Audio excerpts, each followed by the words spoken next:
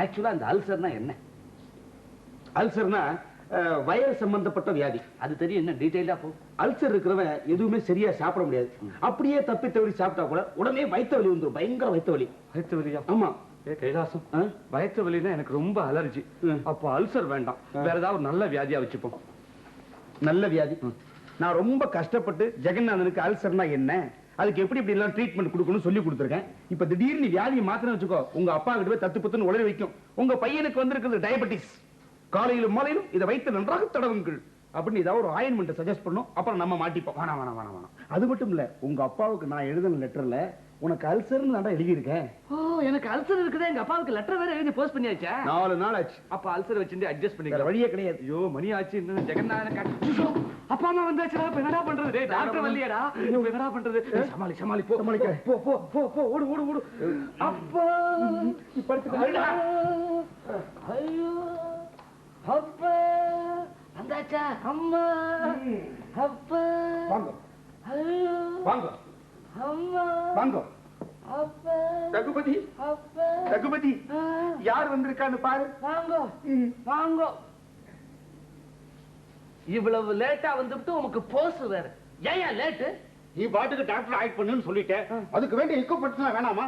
Equipments, ஆயுதங்கள் இதெல்லாம் ராவோட ராவா போய் இதெல்லாம் போய் தேடி கண்டுபிடிச்சு வாங்கிட்டு வந்திருக்கேன். அதுக்கப்புறம் தெர்மாமீட்டரே கிடைக்கல.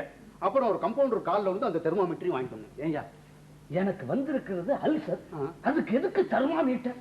என்னப்பா நீ இப்படி எல்லாம் கேக்குற? உங்க அப்பா உனக்கு எங்க அல்சர்னு என்ன கேக்குறாருன்னு வச்சுக்க, உனக்கு நான் வயிற்றுலதான் அல்சர்னு உளறிட்டேனா? கைலாசம், ஒன்னு கவனிச்சியா?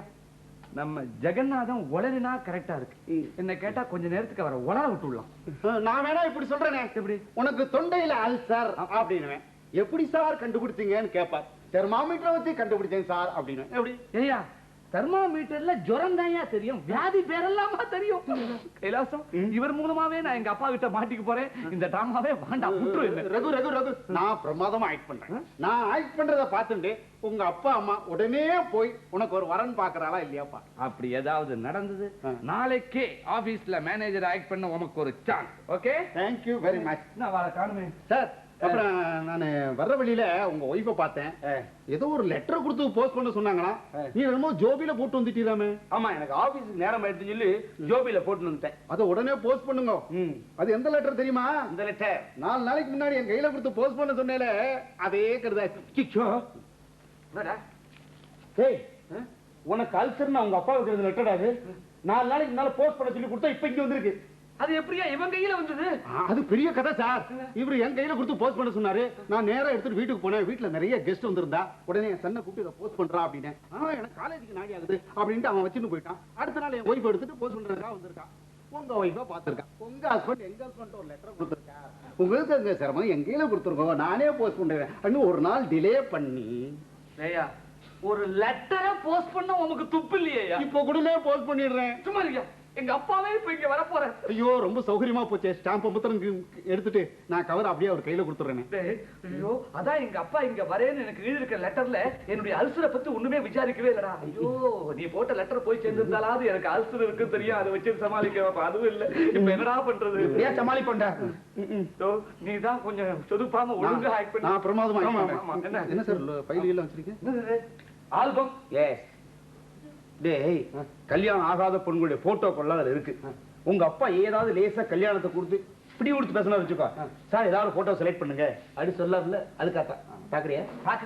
34 வயசு வரைக்கும் பொறுத்துட்டு இருந்தாச்சு. இதுக்கு மேலதான் இந்த ஆல்பத்தை பார்த்து இதுல நான் செலக்ட் பண்ண போறேன். நான் கொடுத்து அதுக்கு வெடுக்குன்னு ஏன் புடுங்குற? சும்மா ஒரு கிளான்ஸ் பார்த்து தரேன் பாரு. அப்புறம் என்னது? கைலாசம், இந்த பொண்ணு ரொம்ப அழகா இருக்காடா. அப்படியே மகாலட்சுமி மாதிரி. ஓங்கி இடிச்சேன்னா அது மகாலட்சுமி தாண்டா. 4 கை இருக்கு பாக்கல. ஆல்பத்துல முதல் படம் சுவாமி படம் இருக்கட்டும் ஒட்டி இருக்கேன். அத போய் மகாலட்சுமி எல்லாம் கல்யாணம் பண்ண முடியாது. ஏன்னா மகாவிஷ்ணு ஒன்னும் டைவர்ஸே பண்ணல. வாய முடியும் சும்மா இருக்கியா? என்ன சார் நீ வேற? அப்பா அம்மா வந்தாச்சு.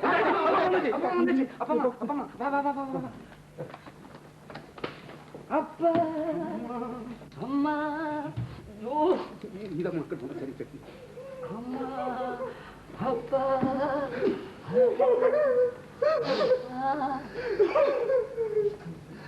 அழாதப்பா, அழாத. ஐயோ, யார் நீ எதுக்காக இப்படி ஆடாத? என்னப்பா சாரி, யார் இவன்? எதுக்காக இப்படி ஆடாதா? ரகுபதியோட ஃப்ரெண்டு கைலாசம். கடவுளே, என்ன சாரி உனக்கு என்னடா ஆச்சு? ஏன் இப்படி திடீர்னு விட்டு விட்டு இன்ஸ்டால்மெண்ட்ல பேசுற? துக்கம் தோன்றி அடைக்கிறது. என்னடி இது மங்களம்? இந்த புள்ளியாண்டான் தான் ஏதோ நம்மள வாசல்ல பார்த்ததும் அழ ஆரம்பிச்சான்னா, இந்த சாரிக்கு என்ன ஆச்சு? நம்மளோட டாக்ஸில வரும்போது நல்லா தானே இருந்தான். அதானே இப்ப திடீர்னு சோகமா மாறிட்டானே. ஒண்ணுமே புரியலையே. இந்த வீட்டுல என்னவோ நடக்குது. ஆமா, ரகு எங்க அப்பா? எங்கப்பா? அம்மா. ஐயோ, ஏண்டா ரகு? உனக்கு என்னடா ஆச்சு? ஐயோ. சத்தம் போடப்படா. நான் தான் டாக்டர் ஜெகநாதன். என்னடா பார்த்தா டாக்டர் இன்னும் நம்பிக்கை வரலையா? இந்த பாருங்க சார், அதனால தான் சார் இதெல்லாம் எடுத்துட்டு வந்திருக்கேன். ஐயோ, எங்க அப்பாவுக்கு டாக்டர் தான் இதெல்லாம் எடுத்துட்டு வருவாருன்னு தெரியும். ஏப்பா, யார் இந்த டாக்டர்? சுத்த கிராக்கா இருப்பான் போல இருக்கே.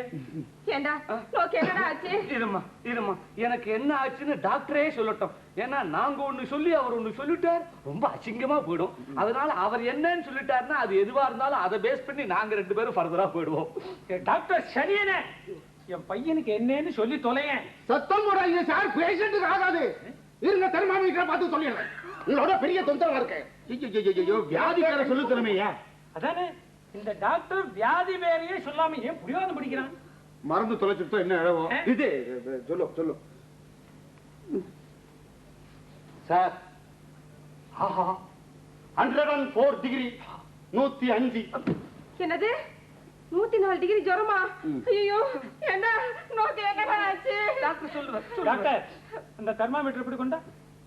இதா நீங்க இதை வாங்கி கீழே போட்டு உடைச்சிட்டேன்னு வச்சுக்கோ, சொந்தக்காரனுக்கு எவ்வளவு போதும் சொல்லுவான். நான் காசை வச்சுக்கிட்டு இருக்கேன். சொந்தக்கார்? அப்போ இது உன் சொந்த தெர்மாமீட்டர் இல்லையா? அதெல்லாம் இல்லப்பா, சொந்தமா அவர் கலரா நிறைய தெர்மாமீட்டர்லாம் வச்சிருக்காரு. அவர் மார்க்கெட்டுக்கு வந்திருக்கும் போது நம்ம கைலாசம் சட்டுன்னு ஐஸ்னு வந்துட்டான். அதனால தான் ஒரு தெர்மாமீட்டர் கடன் வாங்கிட்டு வந்திருக்காரு. அப்படித்தானே? வெளியில வாங்க டாக்டர், நீ இன்னும் வியாதி பேரையே சொல்லல. நான் ஏற்கனவே டைகனைஸ் பண்ணிட்டேன் சார். சொல்ல. ஏற்கனவே டைகனைஸ் பண்ணிட்டேன். சொல்ல. ஆனா இளவு பேர் தான் ஞாபகத்துக்கே வர மாட்டேங்கிறது. முருகா, என்ன காப்பாத்துறா. ரகு, நான் உன்னை காப்பாத்துறேன், பயப்படவே பயப்படாது. இல்ல சார், கொஞ்சம் இப்படி வரல, ஒரு நிமிஷம். என்ன சார், ஒரு சின்ன உபகாரம். சொல்லு. உங்களுக்கு தெரிஞ்ச வியாதி பேரெல்லாம் வெரீசியா சொல்லிண்டே வாங்கோ, நான் நிறுத்திடுவேன். அதுதான் வியாதி. ரகு, இந்த டாக்டர் பிரயோஜனமே இல்லை. நீ முதல்ல டாக்டரை மாத்து. ஐயோ, டாக்டருக்கே வியாதி பேர் தெரியலையே. ஏன்னா எனக்கு வயித்த புரட்டுறது. வயிறு, வயிறு மீன்ஸ் ஸ்டமக், ஸ்டமக் மீன்ஸ் வயிறு. சார், உங்க சன்னுக்கு ஸ்டமக் சம்பந்தப்பட்ட ஒரு வியாதி தான் சார். டாக்டர், ஒருவேளை அந்த அல்சரா இருக்குமோ? செய்யக்கூடும் சார். Ulcer, ulcer, ulcer. நம்ம டாக்டர் ரொம்ப நல்லவர். அப்பப்போ நம்ம சின்ன சின்ன க்ளூ கொடுத்துட்டே வந்தா அவர் அழகா சொல்லிட்டே வருவார். அல்சரா? ஏண்டா 6 மாசம் முன்னாடி உன் தங்க கல்யாணத்துக்கு வந்த பொழுது கூட நல்லா தானே இருந்தேன். எப்படி திடீர்னு அல்சர் வந்தது? அதானே நானே இவர்கிட்ட என் கடைசி பொண்ணு கல்யாணத்தப்ப சொன்னேன். ஏன்னா நம்ம ரகு அன்னைக்கு பார்த்த மாதிரி இன்னைக்கு குழந்தை மாதிரி இருக்கான்னு சொன்னேனா இல்லையா? குழந்தை மாதிரி இனிமே சொல்லாதீங்க. அவனுக்கு வயசு 34 ஆச்சு. ஆமா, ரகுபதிக்கு வயசு 30, எனக்கு தான் 34 வயசு. அப்பா, இது கைலாசம், இவனுக்கு 34 வயசு. ஆனா 2 பசங்க இருக்கட்டும். அதனால என்னடா, கல்யாணம் ஆனா குழந்தைகள் வதவதுன்னு தானே பொறுக்கிறது. எல்லாரும் நம்மள மாதிரி அவ்வளவு ஃபாஸ்டா? இந்த பாருங்க, இதே நிலைமையில போயிட்டு இருந்ததுன்னா அல்சர் இல்ல அல்சர், உங்க பையனுக்கு கேன்சரே வந்தாலும் வந்துரும். கேன்சரா? ஆமா. இப்போ இவனுக்கு என்ன குறை? என்ன குறையா? பொறுப்பு தான். ஒரு நாள போல ராத்திரி 10 மணி 12 மணி 1 மணிக்கு வர்றது, கண்ட இடத்துல சாப்பிடுறது, அல்சர் அல்சர். நான் எப்படி பார்த்தா கேன்சர் நேரம் வந்திருக்கணும். அதுக்குதான் வேளா வேலைக்கு நான் என்ன சமைச்சு போட சாரி இருக்கானே. ஏண்டாப்பா சாரி, இவனை ஒழுங்கா பாத்துக்க சொல்லிதான் உனக்கு சம்பளம் கொடுத்து வச்சிருக்கோம். இப்படி இவனை அல்சர்ல கொண்டு விட்டுருக்கே, ரொம்ப நன்னா இருக்குடா. நீ கவனிச்சிட்ட லட்சணம் அது இல்ல மாமி. என் சமையல் உங்க பையனுக்கு ஒத்துக்கல. ஏதோ நான் சுமாரா தான் சமைக்கிறேன். ஹோட்டல் சாப்பாடோட பெட்டர் தான் இருக்கும். என்ன இருந்தாலும் நான் ஆம்பளை தானே, என் சமையல் சுமாரா தான் இருக்கும். ஆம்பளைக்கு சமைக்க தெரியாது? எவன் சொன்னான்? ஊர்ல ஒரு கல்யாண காத்தின்னு சமைக்கிறது பூரா ஆம்பளை தானே. அது இல்ல சார், என்ன இருந்தாலும் வீட்டு சாப்பாடு பொம்பளை சமைச்சா தான் ருசி. ஓஹோ, நீ அப்படி வரியா? அப்படின்னா ஒரு சமயக்காரியா பார்க்க வேண்டியதுதான். என்ன பாரு, நான் போய் ஒரு சமயக்காரிய கல்யாணம் பண்ணிட்டா நம்ம குடும்ப கௌரவம் என்ன ஆகுது? மடையா மடையா, உன்னை யாரா கல்யாணம் பண்ணிக்க சொன்னா? ஒரு சமயக்காரியை வச்சுக்கடா. ஊர்ல 50-60 வயசுல எத்தனை கிழவிகள் இல்ல சமைச்சு போடுறதுக்கு. அதை சொன்னேன். கைலாசம் என் கஷ்டம் அவனுக்கு புரியவே புரியாது. என்ன சார் இது? சமைச்சு போட்டுட்டா மட்டும் போதுமா? வேலை வேலைக்கு இவர் எழுப்பி ஆபீஸுக்கு அனுப்பி அப்படியே திரும்பி வரச்ச சாயங்காலம் சிரிச்ச முகத்தோட வரவேற்று அட எங்கேயாவது சினிமா பீச்சுன்னு கூட்டிட்டு போனா அப்படியே போயிட்டு வர. அப்படி அழகான ஒருத்தி. அந்த மாதிரி ஒரு சமயக்காரி கிடைக்கிறது ரொம்ப கஷ்டம். என்ன விளையாடுறியா? நீங்க பேசாம இருங்கண்ணா. ஏன் டாக்டர் இவளுக்கு வேலை வேலைக்கு மருந்து கொடுத்துட்டு இருக்கேல? நான் வேலை வேலைக்கு மாத்திரை மருந்து ஊசி இதெல்லாம் கரெக்டா கொடுக்குறேமா. ஆனா இப்ப வியாதிக்கு மருந்து உங்க கையில தான் இருக்கு. காத்தியடி மங்கலம், நாம எவ்வளவு ஆசையா மெட்ராஸுக்கு வந்தோம். இந்த பிரம்மஹத்தி இப்படி அல்சரை வர வச்சு நிக்கிறது. ஏனா நீங்க அவகிட்ட என்னைக்கு வரேன்னு சொல்லியிருந்தே? வர்ற ஞாயிற்றுக்கிழமை, அதாவது நாளைக்கு அவ எல்லா ஏற்பாடும் பண்ணி வச்சிருக்க போற. இந்த சமயத்துல போய் இவனுக்கு உடம்புக்கு சரியில்லை அப்படின்னு சொன்னா நம்புவாளா? என்ன பண்றது? இந்த பையன் கொடுத்து வச்சது அவ்வளவுதான். என்னப்பா சொல்றீ? இப்ப இவன் இருக்கிற நிலைமைய பார்த்தா எழுந்து கூட நடக்க முடியாது போல இருக்கு. உட்காந்துக்கோ. இந்த பாருங்க, இவனுக்கு உடம்பு குணமாகட்டும், அப்புறம் பாத்துக்கலாம். நீங்க நேரா வாத்துக்கு போய் இன்னைக்கு வரலையேன்னு சொல்லிட்டு வந்துருங்க. அம்மா அம்மா நீ என்ன சொல்ற? பின்ன என்னடா, இத்தனை நாள் நீ கல்லாட்டமா இருந்த, இப்ப நோக்கு கல்யாணம்னு ஒண்ணு வரச்ச, இப்படி அல்சரா வர வச்சுட்டு நிக்கிறியே, என்ன பண்ண சொல்ற சொல்லு. கல்யாணமா? எனக்கா? உனக்கு தான்டா. உனக்காத்தான் ஒரு பொண்ணு பார்த்து வச்சுட்டு வந்திருந்தேன். என் கிளாஸ்மேட் விஸ்வநாதனுடைய ஒரே டாக்டர் ஜானகின்னு பேர். பொண்ணு எப்படி இருப்பா தெரியுமா? எப்படி? பறக்க தெரியாது, கொத்த தெரியாது தவிர மத்தபடி கிளின்னா கிளிதான் போயேன். அதான் இல்லேன்னு ஆயிட்டேன். இப்ப அத பத்தியே பேசிட்டு இருக்கேன். இவனுக்கு உடம்பு குணமாகட்டும், அப்புறம் பாத்துக்கலாம். டேய் ரகு, இந்த பார், நாங்க நாளைக்கே ஊருக்கு புறப்படுறோம். நோக்கு உடம்பு குணமாயிட்டோன்னே நேக்கு லெட்டர் போடு. உன் கல்யாண விஷயமா அலையணும், தெரியாதா? இத பாருங்க, அந்த அல்சர் ஒண்ணும் ரொம்ப பெரிய வியாதி இல்ல. அது காலையில வரும், சாயந்தரம் போயிடும் இல்லையா? ஆமா. நீங்க ஞாயிற்றுக்கிழமை பொண்ணு பார்க்க வேண்டாம். இன்னைக்கு நல்ல நாள் தான், இன்னைக்கே போய் பார்க்கலாம்.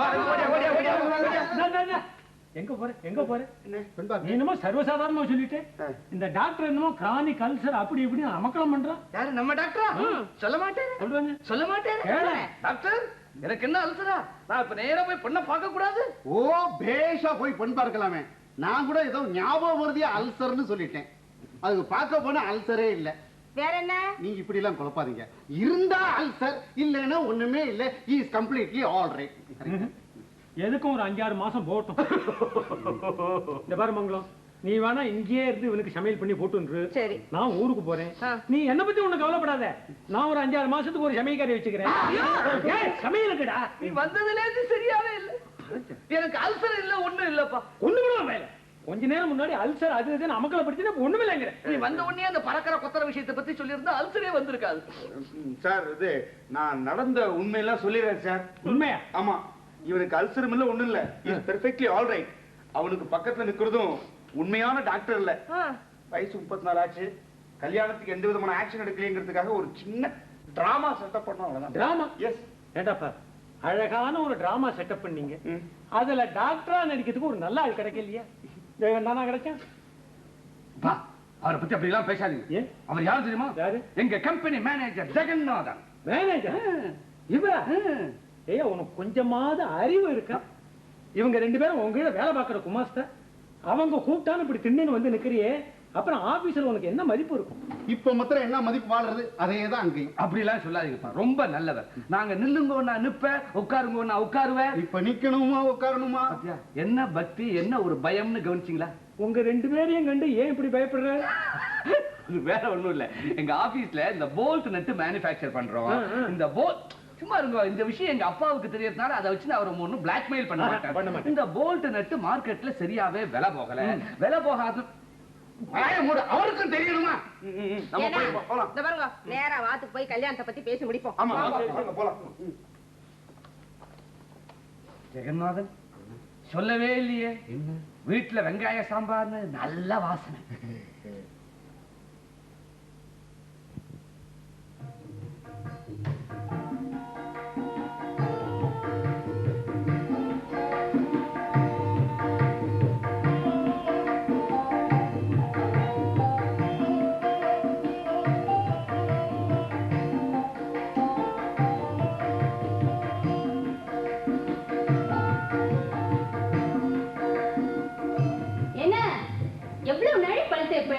ஏதோ ஒரு நாள் அபூர்வமா சீக்கிரம் எழுந்திருக்கோமே, இன்னைக்கு ஒரு நாளாவது கரெக்ட் டைம் ஆபீஸ்க்கு போவோம் இல்லாம இப்படி பல்சேக்கவே 3/4 மணி நேரம் ஆக்குறல.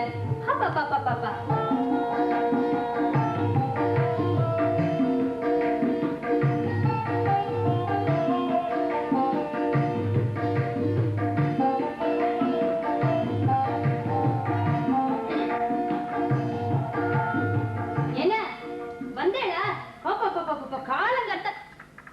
அட கர்மமே, இங்க வந்து படுத்துட்டு இருக்கல. என்ன எழுந்துருவானா? மணி ஆறுது. என்ன எழுந்துருவா? மணி 8 ஆறுது. ஜானகியா, நீ காப்பிய லேசா ஒரு ஆத்து அதுக்குள்ள ஒரு 5 நிமிஷம் தூக்கிட்டு வர. இவ்வளவு தெளிவா பேசுறேன், அப்புறம் என்ன தூக்கம்? எழுந்திருக்க வேண்டியது தானே. என்ன எழுந்துருவானா? மணி 8 ஆறுது. வெடிகாத்தால 8 மணிக்கு ஏண்டி என் பிராணனை வாங்குற? சாரியா இருந்தா என்ன 9 மணிக்கு முன்னாடி எழுப்ப மாட்டார். சாரி சாரி சாரி, எதுக்கு எடுத்தாலும் சாரி. பேசாம இந்த சாரியா கல்யாணம் பண்ணிக்கிறதானே. அது எப்படி முடியும்? சாரிக்கு தான் ஏற்கனவே கல்யாணம் ஆயிடுச்சு. என்ன நீங்க எப்படி இப்படி 8 மணி வரைக்கும் தூங்குற? நீங்க 5 மணி ஆனா டான் முழிப்பு வருது. 5 மணி ஆனா அப்படித்தான் ஒரு முழிப்பு வரும். நம்ம உடனே அவசரப்பட்டு எழுந்துடப்படாது. தலைக்கு வச்சிருந்த தலையானையை தூக்கி காலுக்கும், காலுக்கு வச்சிருந்த தலையானையை தூக்கி தலைக்கு வச்சுன்னு படுத்துட்டே வச்சுக்கோ, நல்ல தூக்கம் வரும். நாளையிலேன்னு ட்ரை பண்ண. இது பாருங்க, நீங்க பேச்சுலரா இருக்கச்சு எப்படி வேணாலும் இருந்திருக்கலாம். இப்ப நம்ம கல்யாணம் ஆகி 1 மாசம் ஆறுது. இனிமேல் பொறுப்பா நடந்துக்கணும்னா. நமக்கு கல்யாணம் ஆகி 1 மாசம் ஆறுது. ஒரு நிமிஷம் மாதிரி ஓடி போயிடுச்சு ஜானகி. ஏன் ஓடாது? இப்படி தூங்கிட்டே இருந்தா எப்படின்னா இப்படி தூங்குறேன்? இது மாதிரி இப்படி படுத்துனா ஐயோ, அது எப்படி 8 மணி வரைக்கும் தூங்குறேன்? ஐயோ, நான் ஏன் இப்படி 8 மணி வரைக்கும் தூங்குறேன் தெரியுமா? எனக்கு ஆபீஸ்ல ஹெவி ஒர்க், அதான் டயர்ட் ஆயிடுறேன். எங்க மேனேஜர் இருக்காரு, அவர் ஒரு பயங்கரமான முரடன். அவருக்கு பயந்துட்டே நேற்றுக்கு 20-30 ஃபைலை கிளியர் பண்ணிருக்கேன். கிட்டத்தட்ட 40 லெட்டரை நான் ஒத்தனே டைப் அடிச்சிருக்கேன். இப்ப இந்த வரல கொண்டு வெறுமன பேப்பர்ல வச்சாலே எழுத்து விடுறது. கைலாசம் உங்களோட தானே வேலை செய்யறார். ஆமா. அவர் மட்டும் எப்படி 9 மணிக்கு டான் வர? அவர் சீக்கிரம் எழுந்துருவார். அதான் ஏன் தெரியுமா? நான் சொல்லுவேன், ஆனா நீ மனசுக்குள்ள ரகசியமா வச்சுக்கணும். சரி. இது போய் இந்த கைலாசத்துக்கிட்ட எல்லாம் சொல்லப்படாது. சரி. இந்த கைலாஸ்